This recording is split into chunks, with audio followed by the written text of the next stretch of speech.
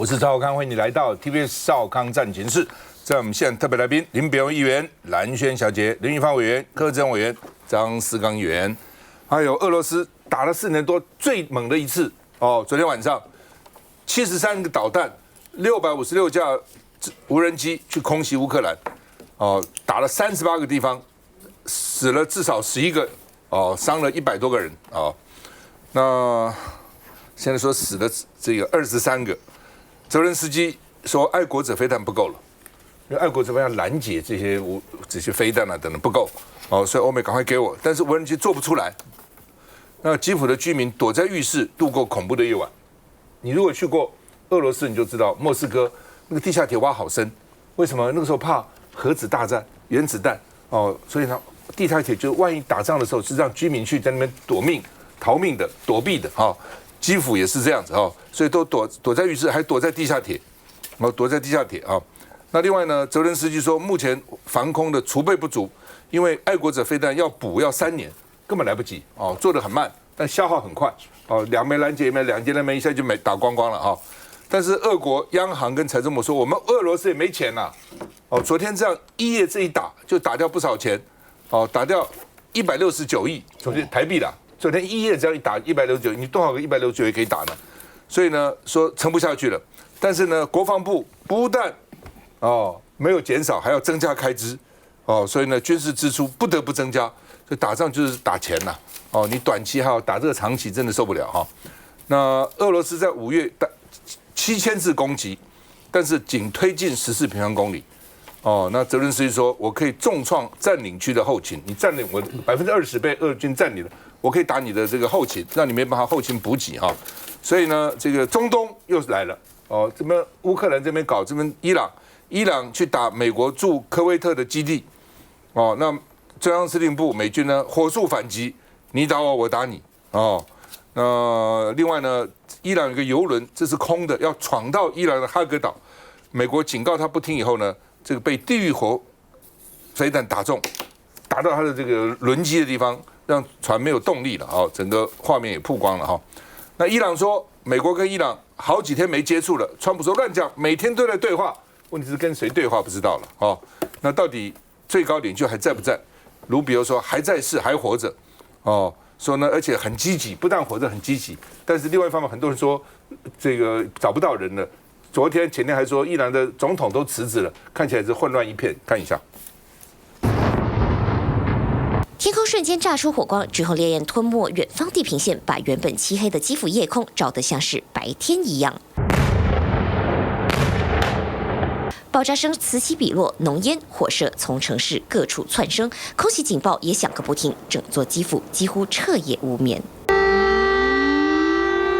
俄罗斯周2对乌克兰发动大规模飞弹和无人机攻击，乌克兰空军表示，俄军一夜之间就发射了656架无人机和73枚飞弹，创下开战以来最大规模攻击。尽管乌军拦截了大部分的攻击，但仍有多处住宅被击中。基辅一栋24层的大楼部分坍塌，多辆汽车和车库陷入火海，消防人员冒险穿梭瓦砾堆灭火救人。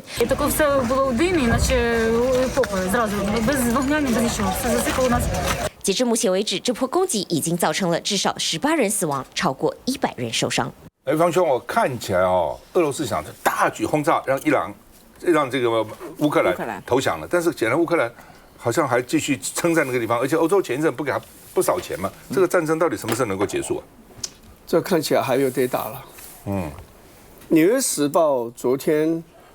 这个在这个头版上面写了一段话，他说俄国为什么会轰炸乌克兰这样子的凶？因为他露出了败相，但他用的字当然是 signs of weakness， 就是那种弱项已经呈现了，所以他希望打重一点，来争取比较好的谈判的条件。所以换句话说，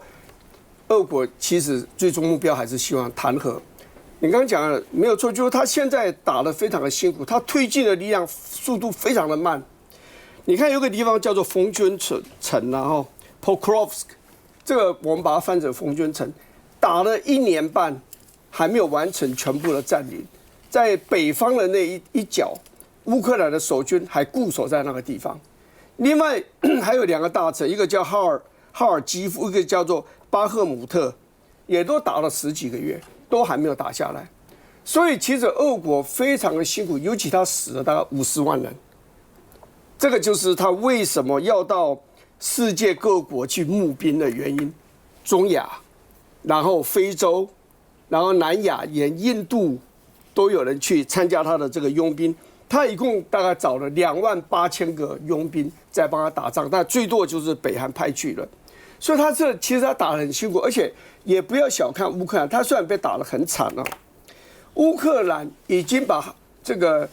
俄国的黑海舰队消灭了20几条船，让他损失了30%的战力。他用什么打？用叫冥王星的这个旋翼飞弹、反舰飞弹，可以打280公里，将近300公里。而且他还有一个叫 Flamingo， 一个火鹤的一个旋翼飞弹，他曾经打到俄国深度敌境，他可以打3000公里。请问你，俄国什么地方他打不到？所以而且最重要的是所谓的无人机。这一次乌克兰战争改变整个战争的视野、战争的哲学，很重要跟无人机有关。你看这个乌克兰无人机最远可以飞2000公里，你说这个莫斯科的公寓都被炸了，所以现在俄国变成说打仗变成说你来我家，我去你家，就是你打我，我也可以打你。以前乌克兰某种程度在守，他不是没有力量打，他不敢打，他想说赶快这个战争慢慢就这样淡下去，然后就大家谈和，但是最后他发现没有办法。你像乌克兰现在在2026年。就是今年，他要生产多少无人机吗？700万到800万架，而且必要的时候，明年要增加到1000万架。这个另外，他所谓的无人机也有拦截式的，就是撞你，你无人机来，或者你什么其他东西来，他撞你。他一个月可以每天可以生产1000架，所以这乌克兰把无人机的效用发挥到极致，而且它的生产的能力也发挥到极致。对于俄国来讲，这个战争是越打越辛苦。你刚刚讲到有经济的冲击，外交上也变得非常的孤立，然后人不断的死，然后俄国的很多年轻人都逃到中亚，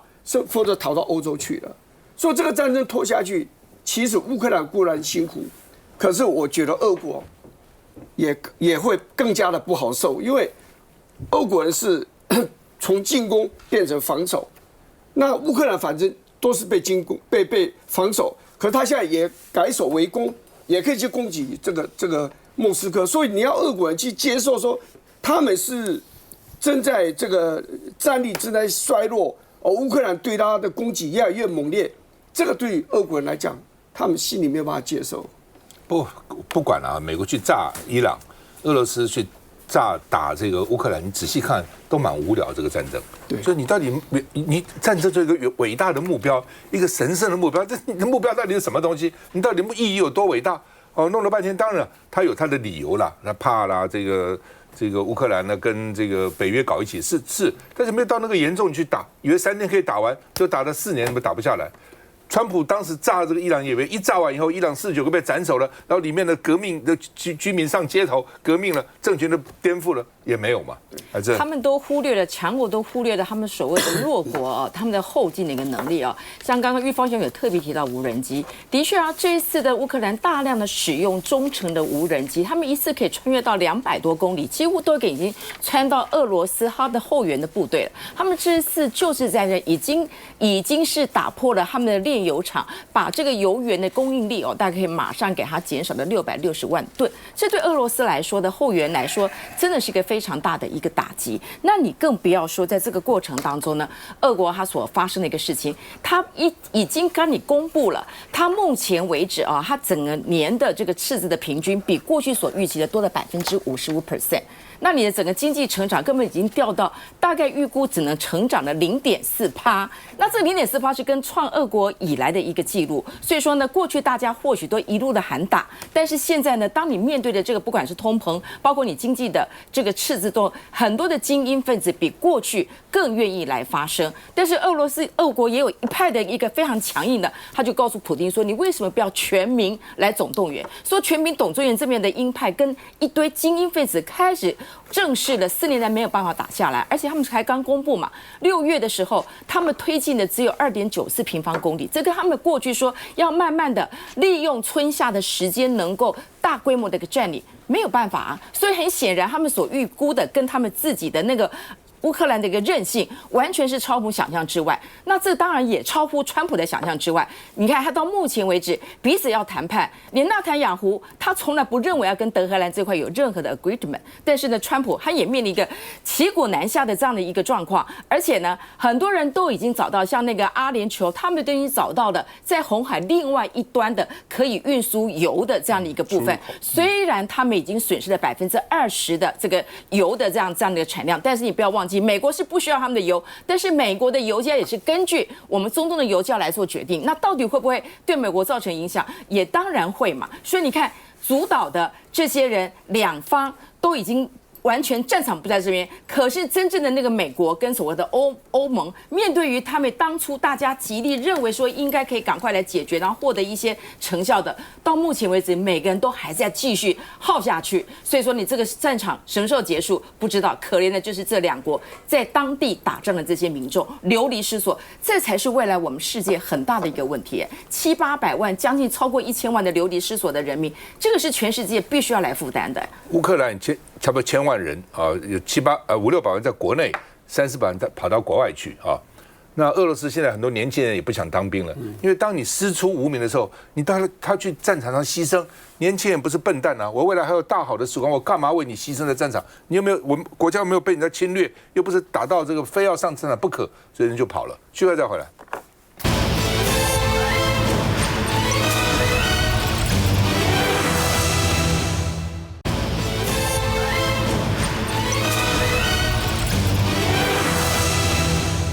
卢比欧说，因为这参议院被议员问到了哦，美国对台政策没有改变。那议员问他呢，140亿美元的军售呢？他说还在审查。哦，你再问他就说川普决定，反正现在都川普决定哦。那到底是要审查多久？其实我认为其实都审查过了，就是川普留中不发，而且川普用他来看习近平的表现，对不对？习近平也看你这140亿卖还是不卖？你卖，我搞不好9月24号我就不去美国跟你见面了，对，我买什么大豆啊、牛肉啊、什么波音啊，我就少买一些。你如果你在这个时候你不卖给台湾，也许呢我就帮你这个期中选举去助阵一下。所以呢9月24号之前大概不会动，但他也不是说不要，也不是说不卖，为什么不卖就没有筹码了？我就留中在这边，可卖可不卖，可多卖可少卖。川普不是讲吗？这最好的谈判技巧啊。好，那么川习会以后。美中第一次在夏威夷举行军事磋商，他们不要建立什么战略伙伴关系吗？在夏威夷海军，主要是海军海军在那边讨论啊。那另外呢，好，国台办说什么叫评估中？你刚才讲不卖算了嘛？反对美台军事联系那另外呢，范云说呢，你看人家140亿还在评估那原来呢1.25兆被你们删掉，剩下7800亿应该跟我们恢复然后范云脑筋也坏了，当时。这个立法院通过的7800亿或8000亿，就是那个110亿嘛，主要就是美国第一阶段的发价数嘛。那你1.5兆减掉8000亿，减到7800，很多是在台湾做的，那跟美国有什么关系？根本没有关系嘛。你加了140亿来，就是纯粹美国的，没有包括在台湾做的嘛。道理是这么简单，美国的立法院没有删掉，都通过了嘛。看一下。There's been no change to U.S. policy towards Taiwan. The most important thing to understand is we want to see the status quo preserved as is at this moment. That's our policy. That's what we've said. That's what we continue to say. It's a very, as you know, a very delicate relationship to balance. But our policy on Taiwan is not changing and did not change on this trip. 美国国务卿卢比欧强调，美国对台政策没有改变，140亿美元的对台军售案仍在审议当中。包括第2笔的这个发价书，我们已经通过了，那希望他能够依照他所说所言，赶快通过。在美国总统川普签之前，恐怕都无法确定，维护台湾政府恐怕要更积极。南世刚，这个军购的事情呢，看起来就是美国拿这个事情一直在做美中台三方的一个筹码了。你看今天波音的这个 CEO 说什么？中国大陆不止买200架哦，他可能买700架。就所以原来说要买500架，后来只卖200架，波音的股价就跌嘛。是他今天 CEO 在中午说，他是可能买700架，不止200架，所以看得出来，就是这一次的这个会面之后，让美国的商界也好，或者政府也好，很懂得用商业杠杆或者军售或政治上的影响力去彼此去做相互影响。所以我觉得我们在这边喊说，我们希望美国赶快去这个发价书，赶快进行相关的这个军购程序。我觉得现在的主控权已经不在我们手上了。因为美国现在很清楚啊，因为你钱已经给我了，所以我已经确定我钱到手，但是我什么时候要给你多少东西，然后我要放什么给你，基本上就是我美国决定，而且跟中国大陆之间的互动来决定这部分，而且看得出来，川普也是个好面子的人，他这样子去称赞习近平，然后说他是个伟大的领袖，跟他谈得很棒很好，然后9月24号邀请他到美国，如果在这个中间他跟习近平之间为了这些事情去做翻脸，而破坏他主要的这个政策方向的话，他怎么去做前后的去做交代？那更何况你像卢比欧，他过去这么挺台的，这么反对北京、讨厌中国大陆的，你看最近这1个月，他讲话也非常的保守很多。虽然你说你现在说我完全不卖，我觉得那也不可能，因为美国自己也不可能打脸自己，因为很可能后面的一些排程，包括后面的一些商业也有做准备，但是到底要怎么卖，我觉得那个部分，我觉得川普在看到两边的情况一点点放，所以我们自己有的时候真的一厢情愿。你看，不过就2个月前，好像不过军购预算的人就是卖台、舔共、贵中，但是你军购过了之后，的主动权就不在你身上了。我觉得这一部分啊，这个赖清德自己要好好想一想，就到底我们的政策到底什么？你全部靠美国，在军事上也靠他，政治上也靠他。那如果他中间决定要抛弃你的时候，你该怎么办？你看美国跟伊朗这次，他们不是说草案本来大家讲好了吗？川普说不行，多加码这个加码那个，所以跟川普谈判是不是很容易的他随时可能改变的。来，宾佑，我再补充一下，就是卢比欧他有讲了但我觉得这个是比较官式的一个说法，就是说我们其实在看整个美国这一些对外发展的时候，我常常会讲说，我们不要看这个川普怎么讲，因为川普讲话其实是还太多这个弹性的空间去解读。但卢比欧讲的就很重要，他其实有提到就是说军售的内容还是会比较一个稳健就是说不会受北京的发言所影响。所以到底是不是筹码？我觉得如果就川普的期待是。那但是就美国政府的话，我想整个比较稳健的角度来看，它应该还在做一个审查。有一个原因也是因为刚刚提到140亿的内容里面，到底跟我们已经通过的这个预算里面到底有多少重叠？其实我自己一直是比较抱持怀疑态度，原因是因为那个说法其实都蛮多元的了有一部分有涵盖没有错，但有一部分又不是所以我觉得这个是美国在处理这件事情上的确保持了给各方很多去各自诠释的弹性。那我上次来的时候，其实谈到这一题的时候，我也还是认为，就是说924的这个习近平到美国去才是另外一个关键就是说我在那之前，我觉得大家的确很难去期待说它有一个水落石出的原因，就是因为对美国来讲，这是一个非常好的一个筹码。我讲的筹码是说，它其实不涉及具体的事项，但是它可以引起中国非常大的关切。那如果就这个角度来讲的话，台湾其实倒不需要那么去紧张，因为这只是一个过程而已啦。基本上最近我觉得领袖间流行一句话了，政策维持不变，都说维持不变，对不对？昨天卢比欧说对台政策维持不变但是其实变了没有？其实变了，怎么没有变呢？雷根的6项保证是不跟北京谈对台的军售，你川普已经变了，已经把你推翻了，对不对？但他没变，他说我没变了，他没变的可能是说老共希望他讲反对台独，他没讲，对不对？但是呢，他跟习近平彻夜谈，不知道谈了些什么，这是一个。那赖清德也说我政策没变啊，维持现在政策没变了，但赖清德到底变了没有呢？北京说你变了，那他说北京变了然后大家嘴巴都说我通通没变。英国昨天也说维持对台政策，台也没变了，但是变了没有呢？我看其实都变了，只是都说没变这个没变是一个变动的没变，而不是一个不变的没变。来，蓝轩。